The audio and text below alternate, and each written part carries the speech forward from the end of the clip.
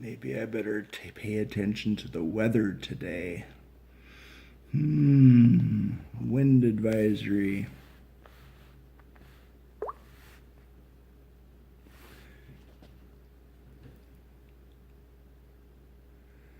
Excess of 30 to 50 miles, gust up to 50 miles. Okay.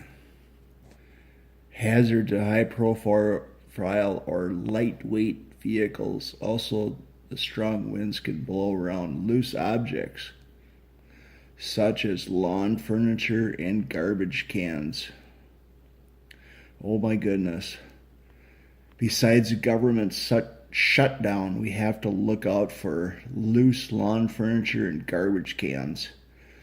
And high profile light vehicles or high profile or light vehicles. Oh my goodness. I think I'm going to stay home. The government knows what's best for me. I'm just going to stay home. I am so thankful for the government looking out for me. But is the government looking out for me now that the government is in a shutdown? I wonder.